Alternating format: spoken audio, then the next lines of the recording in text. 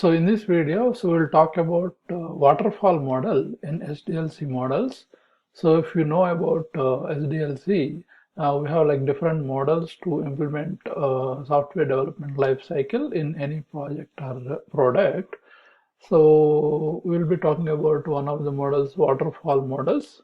We'll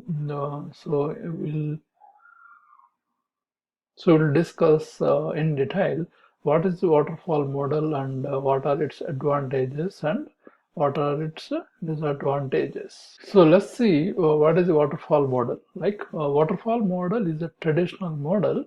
It is basically a sequential design process. So often used in SDLC, which is progress as it flows downwards like waterfall and different phases like requirements gathering, feasibility study, design coding, testing, installation and maintenance, right? So each phase is followed step by step. So every next phase is begin only once the goal of the previous phase is completed. So the methodology is preferred in projects where quality is more important as compared to schedule and cost. Right? This methodology is best suitable for short-term projects where requirements will not change. So if you see it in the diagram, this is the waterfall model. So once requirements are done, it will go to analysis. Once analysis done, it will go to design. Once design done, it will go to coding. Once coding done, testing, and then to deployment. So this is the model developed is followed in waterfall. Right? What are its advantages? So if requirements don't change or design not do design and code, so we get a stable product. If you see once we write requirements and the requirement doesn't change or design or code, we'll get a stable project. So this is a simple model to implement. So requirements are finalized earlier in the life cycle, so there won't be any chaos in the next phases. So requirements are fixed in the beginning of the phase, right? Required resources to implement this model are minimal compared to other methodologies, right? So because you know clearly the requirements in the beginning, you can easily plan for resources and optimize the resources, right?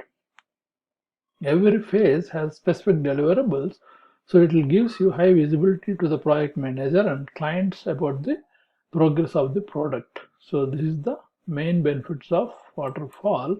So what are the disadvantages, right?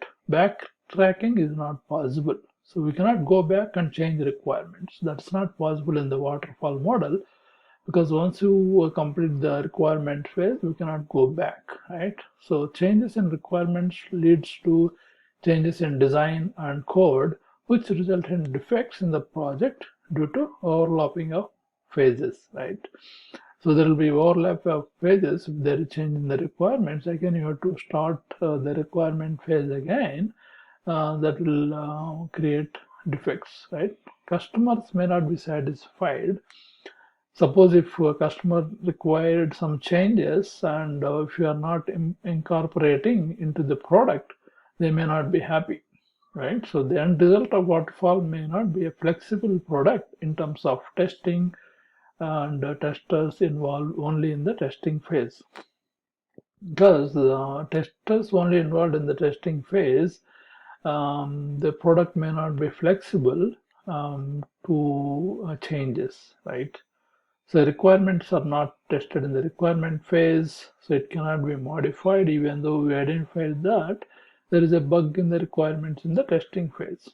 So we are not testing the requirements in the requirement phase, but once we identify some bugs in the requirement, so we cannot modify the requirements because we are already in the testing phase, right? So it goes on till the end and leads to a lot of rework, right? Because we cannot change things in the middle. We have to finish all the phases before you start doing the requirement changes again. So it's not suitable for long-term projects where requirements may change from time to time, right?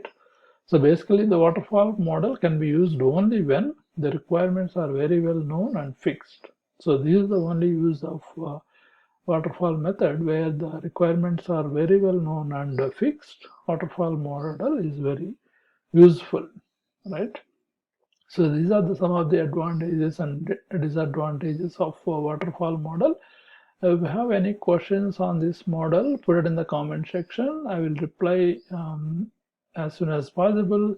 And don't forget to subscribe to my channel and click on bell icon to get notifications whenever I post new videos. And don't forget to share this video to your friends.